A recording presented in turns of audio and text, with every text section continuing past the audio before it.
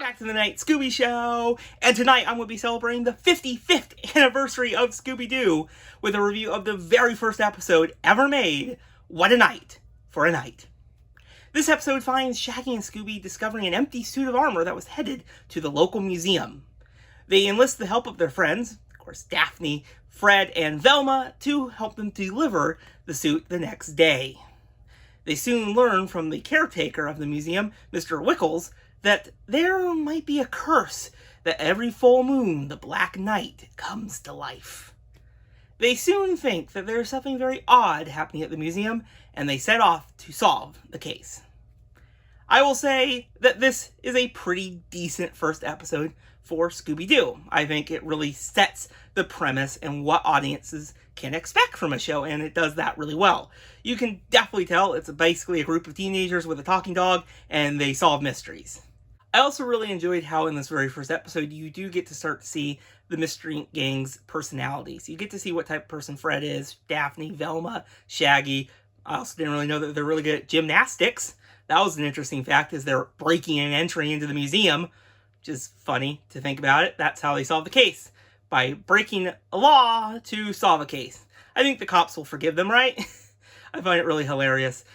But this museum setting, I really do enjoy. I think it really lends ways to so many different antics, from the different exhibits that they can interact with, especially from Shaggy and Scooby. There's a lot of hilarious moments in it, especially the plane. I still can't really believe that a museum has a fully working, with fuel, plane.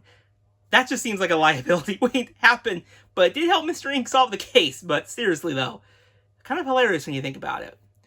Now, Mr. Inc. does solve the case of the Black Knight and what is going on at the museum. As they discover all these clues, from paint to a mysterious room with canvases, they do discover that someone is making reproductions of art. Who could it be?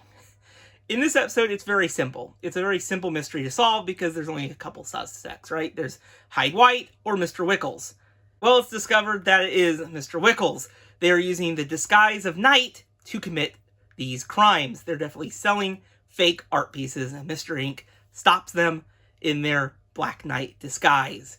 And I gotta say, he moved really effortlessly in that suit. I would not have expected that for a suit of armor. They really were able to catch up with Mr. Inc. So overall, What a Night for a Night is a really decent first episode for Scooby-Doo. I definitely think it's not the greatest episode of Scooby-Doo I've ever watched, but it just sets the stage for what you can expect that's lasted for 55 years. It's a formula, and it has worked. It's why there are so many Scooby-Doo fans today.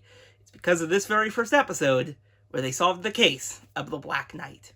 What did you all think of this episode? Let me know in the comments below, and I'll see you all next week when I review Their Hassle in a Castle. Bye, everyone.